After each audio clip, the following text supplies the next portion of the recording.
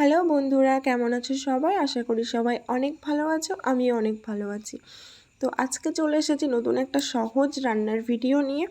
তো রান্নাটার নাম হচ্ছে ইলিশ মাছ দিয়ে বেগুনের পাতলা ঝোল। তো প্রথমেই আমি মাছে লবণ হলুদ মাখিয়ে নিয়েছি, তারপর পরিমাণ মতো তেল দিয়ে আমি মাছগুলোকে উল্টে পাল্টে ভেজে নিচ্ছি। মাছগুলো বেশি ভাজার দরকার নেই, কারণ ইলিশ মাছ বেশি ভাজলে তার স্বাদটা নষ্ট হয়ে যায়। তো আমি মাছগুলো একে একে ভেজে নেওয়ার পরে আমি এর মধ্যে যেহেতু বেগুন দিয়ে ঝোল করব, তো বেগুনগুলো এরপর ভেজে নেব। বেগুনের মধ্যে আমি সামান্য লবণ মিশিয়েছি, যেহেতু তাড়াতাড়ি ভাজাটা হয়ে যায় আর বেগুনগুলো দেখতে খুব লাল লাল টাইপের হয় আর কি। তো আমি বেগুনগুলো একে একে ভেজে নেব।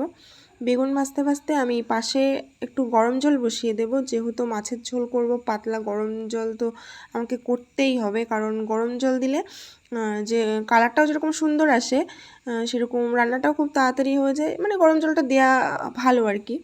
তো আমি শুনেছিলাম গরম জল দিলে ভালো হয়, তো এই কারণেই দেব। তো এদিকে আমার বেগুন ভাজা হয়ে গেছে, এরপর আমি এই তেলের মধ্যে আলুটাকেও ভেজে নেব। যেহেতু এটা ইলিশ মাছের তেল, তো এই তেলের মধ্যে ভাজাভাজি করলে তরকারির টেস্টটা খুব সুন্দর হবে। তো আলুগুলো এক একে ভেজে নিয়েছি, আর আমি আলুতে সামান্য লবণ দিয়েছিলাম, কারণ আলুটা সিদ্ধ হতে টাইম লাগে, তো একটু লবণ দিলে তাড়াতাড়ি সিদ্ধ হয়ে যায়। তো গরম জল ওদিকে হচ্ছে, আমি এই তেলের মধ্যেই দিয়ে দেবো একটু কালো জিরে, দিয়ে দেবো কাঁচা লঙ্কা, একটু গোটা জিরে দিয়েছিলাম। তো আমি এই লঙ্কাগুলোকে ভাজা ভাজা করে নিয়ে তার মধ্যে আমি সমস্ত আলুগুলো ঢেলে দেবো। দেওয়ার পরে আলুগুলো একটু নাড়াচাড়া করে তার মধ্যে আমি দিয়ে দিলাম হচ্ছে পোস্ত বাটা, একটু সর্ষে বাটা। তো দেওয়ার পরে একটু মশলাটা কষিয়ে নেব, একটু দিচ্ছি সামান্য হলুদ, পরিমাণ মতো লবণ। দেওয়ার পরে মশলাটা ভালো করে কষিয়ে নিয়ে আগে থেকে যে গরম জলটা করে রেখেছে সেই গরম জলটা আমি ঢেলে দেবো। একটু মশলা বাটা যে জলটা ছিল ওই মশলা ধোয়া একটু জলটাও দিয়ে দিয়েছিলাম, দিয়ে মশলাটাকে ভালো করে কষিয়ে নিয়েছি। তারপর গরম জলটা দিয়ে দিচ্ছি। দেখতে পাচ্ছ গরম জলটা দেওয়ার পরে কেমন ফোটা শুরু করে দিয়েছে।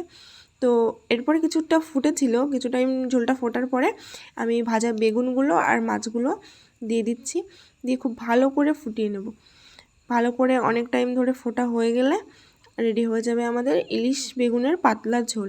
এটা খেতে কিন্তু অসাধারণ হয়েছিল, তোমরাও একবার বাড়িতে ট্রাই করতে পারো, ভালো লাগলে অবশ্যই জানিও।